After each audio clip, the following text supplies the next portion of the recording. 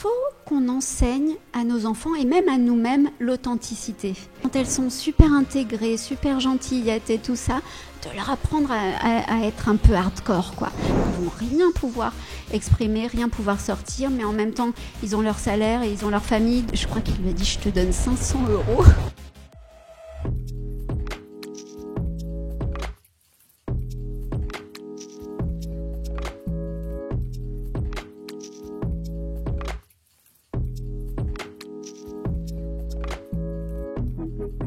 Comment s'assumer en étant comme ça et puis de faire de notre mieux, comme à chaque fois, on se prend quand même des claques.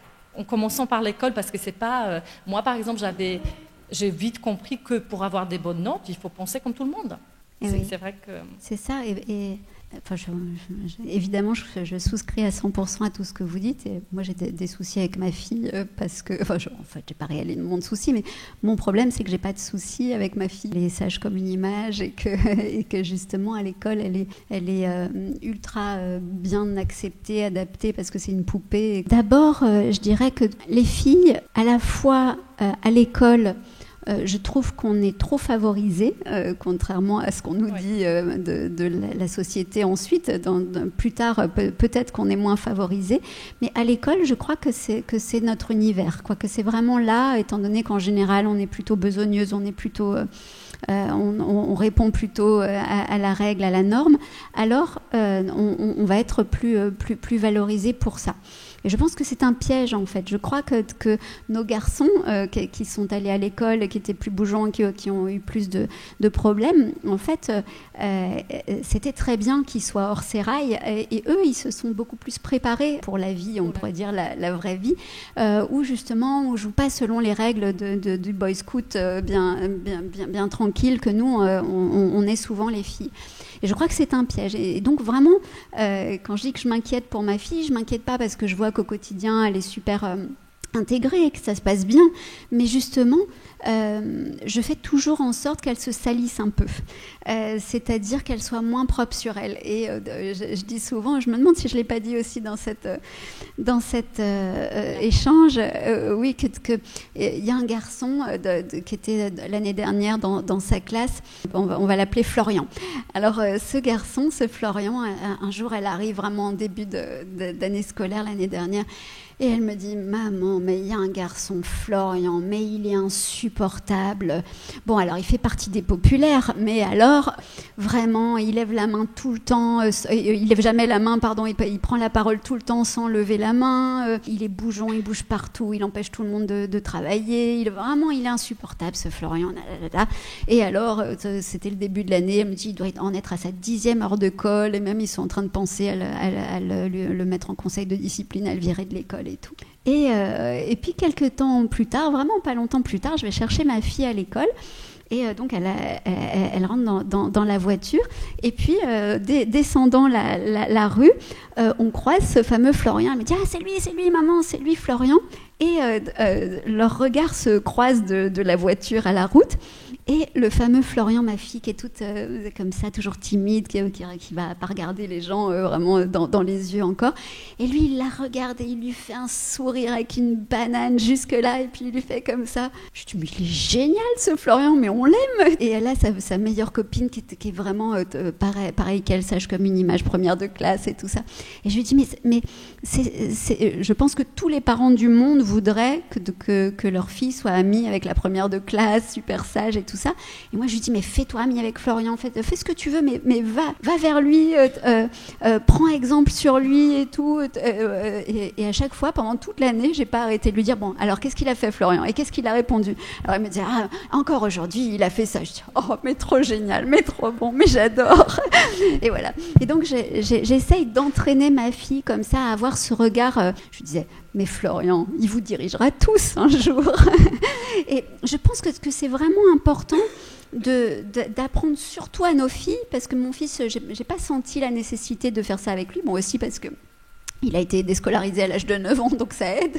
Mais forcément, il n'a pas vécu ces difficultés-là. Mais voilà, pour nos filles, je crois que c'est encore plus important de se dire, comme ma fille, encore plus même, quand elles sont super intégrées, super gentillettes et tout ça, de leur apprendre à être un peu hardcore, quoi. Parce que c'est le côté hardcore qui les aidera plus tard à se débrouiller. C'est pas leur côté propre sur elles qui respectent les règles et tout ça. Le côté... Comment ?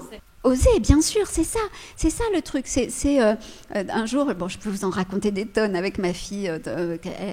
Elle devait apprendre une poésie et la réciter devant sa classe. Et puis, comme une petite fille modèle, évidemment, son truc, c'est pas l'acting, quoi. Hein, elle est pas habitée. Alors, elle récitait sa poésie. Je sais pas, moi, je suis fan de poésie. Alors, on va dire, je vous récite une petite poésie de moi. Baudelaire, c'est mon amoureux Baudelaire. J'ai Nietzsche comme amoureux et j'ai Baudelaire. Et puis Nassim Taleb, un petit peu, puis mon mari aussi, quand même. Donc voilà, imaginons qu'elle ait un Baudelaire, qu'est-ce qu'on va dire, Élévation, le poème des philocognitifs, on peut dire. Est-ce que vous connaissez Élévation de Charles Baudelaire ? Allez, on y va. Je vais le faire, c'est pour ma fille. Ma chérie, c'est pour toi. Au-dessus des étangs, au-dessus des vallées, des montagnes, des bois, des nuages, des mers, par-delà le soleil, par-delà les éthers, par-delà le confin des sphères étoilées, mon esprit, tu te meus avec agilité et, comme un bon nageur qui se pâme dans l'onde, tu sillonnes gaiement l'immensité profonde avec une indicible et mâle volupté. Envole-toi, bien loin de ces miasmes morbides, va te purifier dans l'air supérieur et bois, comme une pure et divine liqueur, le feu clair qui emplit les espaces limpides. Derrière les pensées et les vastes chagrins qui chargent de leur poids l'existence brumeuse, heureux celui qui peut d'une aile vigoureuse s'élancer vers les champs lumineux et sereins, celui dont les pensées, comme des alouettes, vers les cieux le matin prennent un libre essor, qui plane sur la vie et comprend sans effort le langage des fleurs et des choses muettes. Bravo. Voilà, merci. Merci. Et donc, imaginons que ma fille ait eu à réciter ce poème, je ne me souviens plus quel poème c'était, et elle me dit, on était au restaurant, et elle me dit, voilà, j'ai ce poème à apprendre, ça va, je le connais très très bien. Je dis, ça veut dire quoi, je le connais très très bien? T'as appris à l'habiter, à ce qui est de l'émotion et tout ça?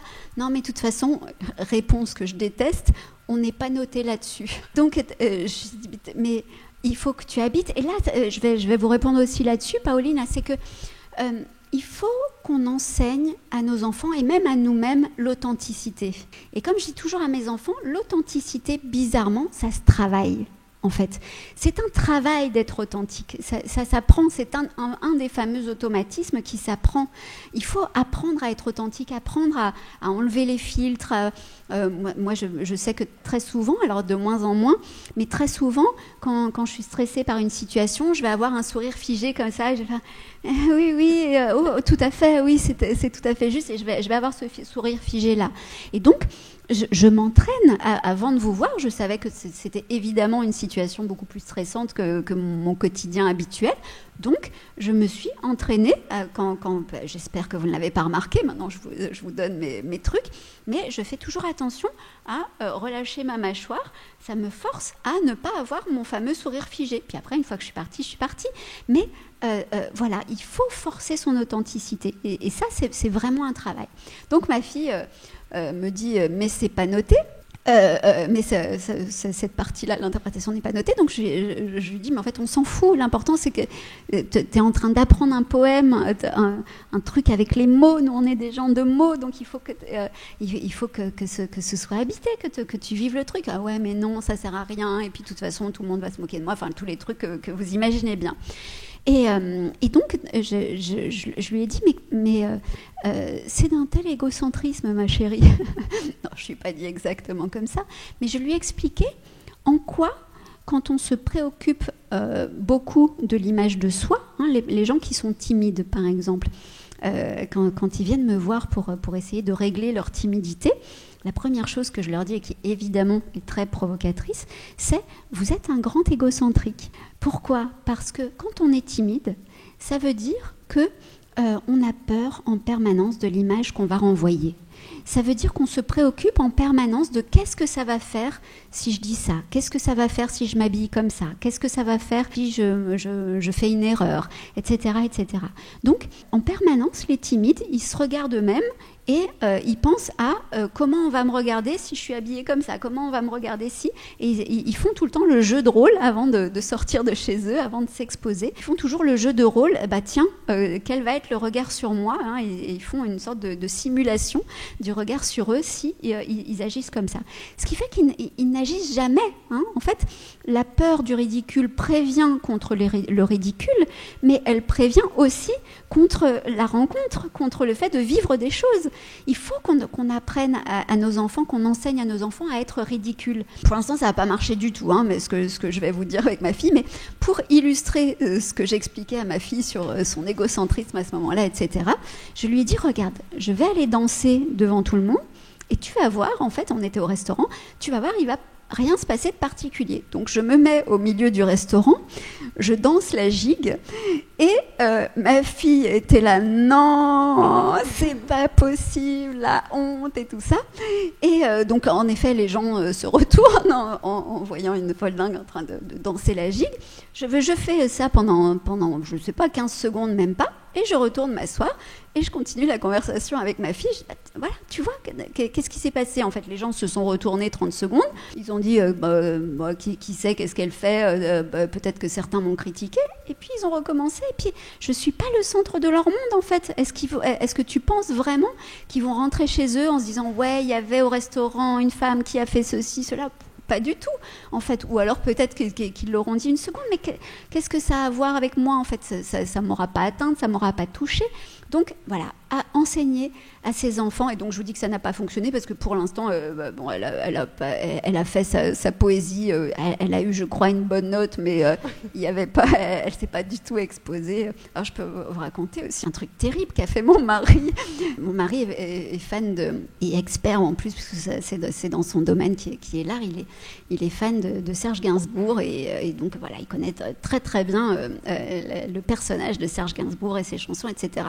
Et en cours de musique, cette année ou l'année dernière, il fallait apprendre une chanson de Serge Gainsbourg. Je me souviens plus ce que c'était comme chanson, mais vu que cette chanson était un petit peu sulfureuse, la prof de musique avait changé un peu les paroles. Et donc mon mari, ça lui a pas plu du tout. C'était un truc vraiment sulfureux. Et donc il lui a dit, le truc est vraiment qui se fait pas du tout normalement, hein, vraiment pas. Il lui a dit, mais moi j'ai adoré. Il lui a dit, écoute. Je crois qu'il lui a dit, je te donne 500 €, un truc comme ça, parce qu'on est riche. Je te donne 500 € si tu chantes la vraie chanson devant ta prof. Donc, on a dû lui faire confiance. Elle est revenue, elle a dit qu'elle avait chanté la vraie chanson. On ne saura jamais, à vrai dire. Mais il lui a donné ses 500 €. Ça coûte quand même l'éducation. Voilà. Donc, voilà le genre de trucs qu'on fait chez nous qui ne sont pas ultra orthodoxes. Mais après, on fait plein de choses très, très orthodoxes aussi. On dit qu'il ne faut pas taper dans le ventre. Alors, je lui ai dit que si elle se faisait engueuler pour un truc comme ça, c'était OK pour moi. Oui, mais je pourrais me faire virer. La belle affaire, ma fille toute poupée, tout ça, qui se ferait virer parce que une baignonnette à une fille, je ne pense pas. Mais je lui ai dit que dans ce cas-là, on la backerait, on serait là pour elle. Donc je crois que c'est ça, en fait. Le truc, c'est que nous non plus, plus sérieusement parlant, il ne faut pas qu'on ait peur, il faut qu'on soit... Ça demande aussi, pour un parent, d'avoir beaucoup de confiance en soi, parce qu'il faut toujours imaginer, en effet, le pire. Et si le pire, c'était que son enfant il se fasse virer parce qu'il a agi d'une façon que nous, on trouve peut-être chevaleresque et peut-être chouette, eh ben c'est OK. Il faut qu'on soit OK avec ça. Hein. Il faut que notre enfant, il sente qu'on est capable d'assumer ça. Mais pour ça, ça veut dire que nous, il faut que nous ayons ce mindset en permanence de j'ai pas envie que mon enfant ressemble à tous les autres. Et j'ai pas envie non plus que mon enfant soit cette petite chose sage et fragile qu'on lui demande d'être. Et cette petite chose aussi qui, en fait, vous l'avez en tête le processus. Qu'est-ce que c'est le processus? Des gens sages et fragiles à l'école qui sont tout le temps rétribués pour ça, parce qu'ils ont montré toute leur douceur, toute leur féminité, toute leur sagesse et qui n'ont brisé aucun mur. Qu'est-ce qui leur arrive ensuite? Ensuite, ils vont trouver un bon travail, bien rémunéré, dans une bonne entreprise. Et puis, je vous la fais rapide, vous le connaissez. En général, pas tous évidemment, mais en général, voilà, ils vont se marier, ils vont avoir des enfants, ils vont avoir un boulot dans une bonne entreprise. Mais au bout d'un moment, ils vont perdre le sens. Et même très très vite, ils vont perdre le sens. Ils vont plus comprendre pourquoi ils sont là. Ils vont se demander quelle est leur valeur ajoutée et ils vont se mettre à regretter, se dire que tout ce qu'ils avaient dans les tripes, ils vont rien pouvoir exprimer, rien pouvoir sortir, mais en même temps, ils ont leur salaire et ils ont leur famille, donc c'est quand même super bien de pouvoir garder ce salaire, etc. Donc quand est-ce que je vais me lancer? Non, c'est pas aujourd'hui, non, c'est pas demain, non, c'est pas après-demain. Et puis un jour, ils se lancent super tard et puis ils se mettent à 40 ans à être en super difficulté, même si c'est super excitant, à tout lâcher et à se dire bon maintenant je recommence à zéro et je vais essayer de me battre. Mais on peut leur faire gagner du temps, on peut leur faire gagner du temps à tous ces gens, à tous ces enfants. Donc voilà, imaginons ce que peut devenir un enfant super sage à l'école et soyons contents quand nos enfants ne le sont pas et ne soyons pas forcément contents quand nos filles sont sages comme des images. Voilà.